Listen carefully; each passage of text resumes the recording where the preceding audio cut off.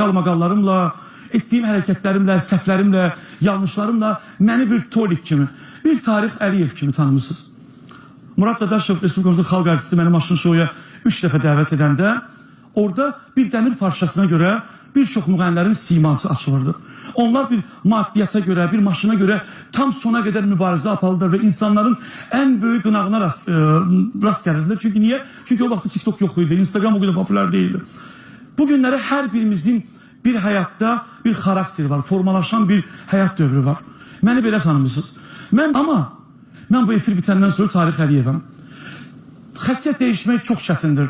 Maskalı olub da cəmiyyətdə özünü bir cürə aparıb, kamera qarşısında bir cürə aparmaq bu tam başqa bir şeydir.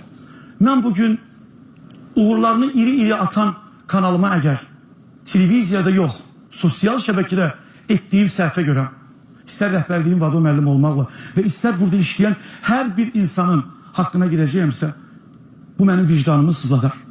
Bir daha buradan Audiovizual Şuraya təşəkkürümü bildirirəm ki, bir ildən artıqdır ki, Space TV kanalında hər gün tarixin bir günün canlı efirini apararaq bugünə qədər verilişimlə bağlı heç bir qanun pozuntusu aşkar edilməmişdir.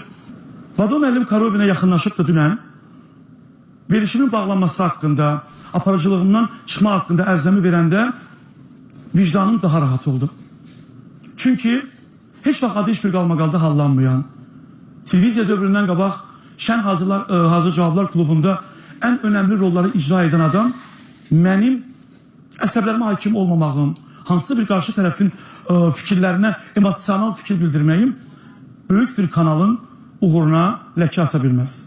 Mən bilirəm indi, bəziləri mənə görə pis olursunuz hal-hazırda baxaraq canlı-canlı. Bəziləriniz sevinirsiniz.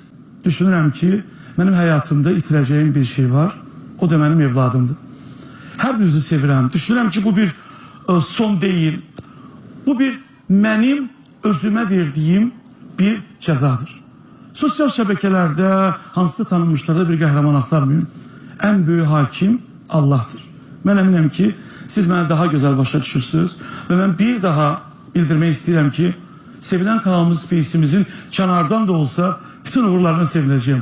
Amma jurnalistika ilə illər bundan öncə adiyyatı olub, indi evdə oturub jurnalistika ilə məşğul olan bəzi insanların yalancı məlumatlarına qətiyyən inanmayın.